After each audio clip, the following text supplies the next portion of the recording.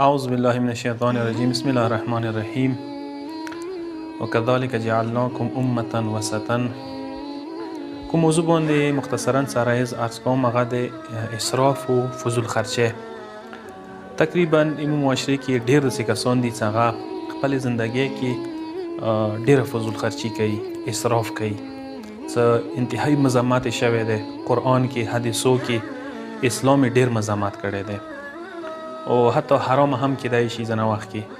او دا مسله معاشرتي مسله ده، اخلاقیات، اقتصادي مسله ده. قرآن څه ویلي دي وکذلک جعلناکم امة وسطا، یعنی مسلمان امت وسط ګرځېدلی دي، معتدل امت، متوازن، چې هغه هر شي کې توازن وي، هغه هر یو شی مطلب داسې میانه روی باندې کوي. اهدنا الصراط المستقیم، څه مو هر المنځ کې یو صراط مستقیم انده دی چې نه افراط وي نه تفریط وي، انسان منځ ولا لارې اختیار کړي وي، چاهے تعلیم دی، چاهے تفریح دی، چاهے اقتصاد دی، حتی عبادت، هر یو شي کې میانه روی پکار دی، اسراف نه دی پکار.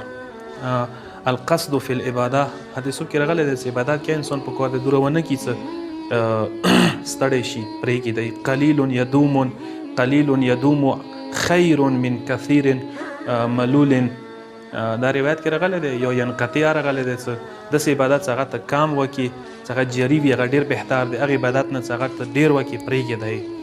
او قرآن کې واضح خوراک چکاک و زندگی حوالی سے ویلی دی چې کلوا واشربوا ولا تسرفوا. سوره اعراف 31 نمبر آیه پروردگار اعلامي چې تاسو وخورئ وچوئ کوئ، خو اسراف خو مه کوئ. لا تسرفوا انه لا يحب المسرفین، اسراف و فضول خرچی ما کوي چې پروردگار عالم مصرف کسان، فضول خرچی کسان پسند نه کوي. او نن سبا دنیا کې تاسو وکسئ، زه به خاص کر یو یورپ مثال درکوم چې کومه پیسه سپیو باندې، حیواناتو باندې خرچ کیږي، کنده پیسې غربت باندې، فقر باندې، غریبانۍ باندې خرچ کړي وي. نه صرف یورپ کې، افریقې کې، دنیا کې وځي کې به غریب نه و پاتې شوی. او که زه بیا خپلې معاشرې مثال درکوم چې د کوم ایمو ډېر داسې خونې دي، سرمایه‌دار کسان، پیسې والا کسان چې هغوی څه ګودمونه ډاک دي داسې سامانونه چې هغه استملایي نه، هغه ایښي دي انبارو کې، هغه یې ګودامو کې ایښي دي، سټور یې کړي دي. ونه مړه دي شي، ونه لاړ دي شي، پاتې دي شي، سامانونه خراب دي شي، منګک دي وخوري، ضایع دي شي، نو نه یې ورکوي یو کسان ته چې هغه مستحق دي. داسې جوانان شته دي چې هغوی ودونه نشي کوی، جهیز نشي خستی، جهیز والا سامان نشي خستی، واده ته تیاری نشي کیدی. خو دې په مقابله کې ډېرو داسې کسانو، دولتمنو، سرمایه‌دارو کسانو څخه ګودامونه انبارونه ډک دي، هغو سامانونه، زه به داسې وایم فریج، ماشین، جامو والا، مختلف شیونه، کمبالې، هر یو شی چې هغه هغوی اکسټرا ایښي دي، خو هغو غریبانو مستحقو کسانو ته یې نه ورکوي.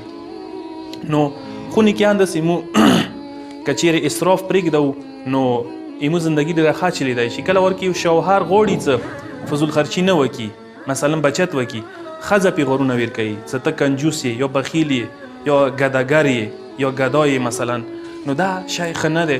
قرآن مجید کې هر دوه طرفه ویلي شوي دي چې ما ډېره کنجوسي کوئ، ما ډېر اسراف و فضول خرچي کوئ. پروردګار عالم قرآن کې ولا تجعل یدک مغلولة الی عنقک ولا تبسطها کل البسط فتقعد ملوما محسورا. پیغمبر اکرم ته یو وارې څوک راغلل، لباس ته قضا ونه کړه، یا رسول الله لباس راکړه. پیغمبر اکرم خپل لباس ویر کړلو، پیغمبر همداسې پاتې شو کور کې. نو پروردګار عالم ته ویل دې حده پورې ته هغه مه کوه خلکو باندې خرچه، یا څه ته کوم خپل لباس ویر کړي، دې حده پورې نه دی پکار. خو داسې نه دی پکار چې انسان مکمله اسراف وکړي، مکمل هغه وکړي. دوه طرفه انسان پکار دی اعتدال سره زندگی تیره کړي.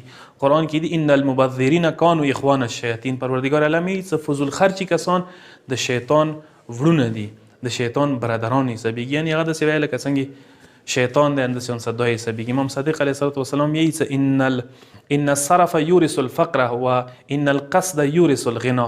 کوم کس اسراف کوي، فضول خرچی کوي، نتیجه به دا وځي چې یوه ورځ به فقیر جوړیږي. او کوم کس میانه روی اختیاروي، معتدله متوازنه زندگی کوي، هغه نتیجه دا وځي چې انسان به همیشه بېنیازه وي، چاته به محتاج نه وي. ځکه داسې د ټایم څه ډېر داسې دولتمند کسان، سرمایه‌داري کسان څه خپلې بنګلې جوړې کړلې، خو فضول خرچۍ وجې نه او ډېر بېباکۍ وجې نه ډېر اسراف وجې نه هغه خپلې هغه بنګلې وخت سره خرڅې کړلې نن کرایو باندې زندګۍ تېروي. نو که چیرې موږ د معصومینو کلام ته سترګې وکړئ، مولا امام صادق علیه الصلاة والسلام کلام د ان صرف ان تجعل ثوب صونک ثوب بزلتک. امام یو مثال ورکوي څه اسراف دغه ته ویلی شي کوم بهار ولی تو کپړې وي څه بهار ته چایې بهار معاشرې کې استعمالوي، بهار وځي مهم ولمنځتې دپاره یو مرګلو سه یو چېرته ځي یونیورسټۍ ته یو کالج ته یو کوربار ته کپړې ته خونې کې استعمال کړي، خونې کې ضایع کړي، خراب کړي، دغه ته ویلی شي اسراف. کوشش وکړو چې اسراف او فضول خرچۍ نه ځان وساتو. او کوم کسان څه واس لري طاقت لري په ځای دا څه خپلې خونې کې اسراف وکړي او ډېرې داسې مړی څه هغه بهر هغوی طلایي ګندو کې هغه غریبان خوړای شي، غریبانو ته ورکوای شي. په کار دی په نسبت سره موږ غرباو سه فقراو سه مدد وکړو، که اسراف نه موږ ځان بچ کړو معاشرې کې غربت فقر هم کمیدای شي او ختمیدای شي. والسلام علیکم ورحمة الله وبرکاته.